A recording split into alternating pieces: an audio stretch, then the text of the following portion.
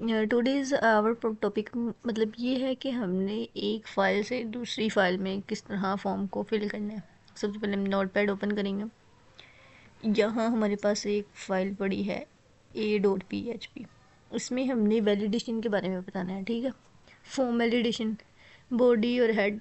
Form validation का मतलब ये है कि अगर हम फॉर्म में एक चीज़ को प्रिंट करवा रहे हैं, सबमिट करवा रहे हैं ना, तो हमने दोनों बॉक्स को फिल करना है। ये नहीं कि हमने एक को करना है। जिस तरह मैंने अब नेम भी लेना है और पासवर्ड भी लेना है, मुझे दोनों चीज़ रिक्वायर मतलब सबमिट करने के लिए दोनों को ही सबमिट करूँगी तो दोनों ही आएंगी। अगर एक को करूँगी तो वो कनेक्शन फेल्ड होगा, ठीक है। इसको हम सेव कर लेंगे, सेव एज।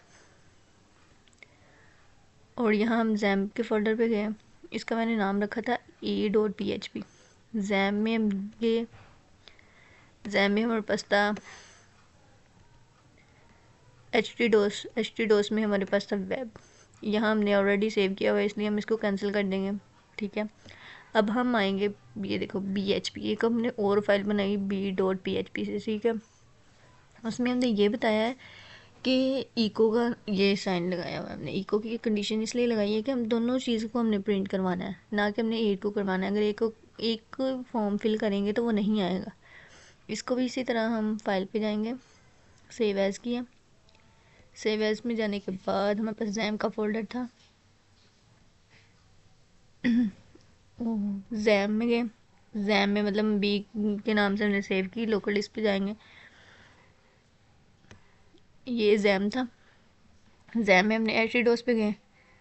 एच पे जाने के बाद हम वेब के पे, यहाँ हमने ऑलरेडी फाइल को सेव किया हुआ है तो इसलिए हम इसको कैंसिल कर देंगे। अब हम जाएंगे ब्राउज़र पे। अब हम लिखेंगे लोकल होस्ट। यहाँ हमने सर्च करना ऊपर लोकल होस्ट \web \। अब हम इसमें ये लिखेंगे a.php, क्योंकि वो हमारी फ़ाइल का नाम था, ठीक है।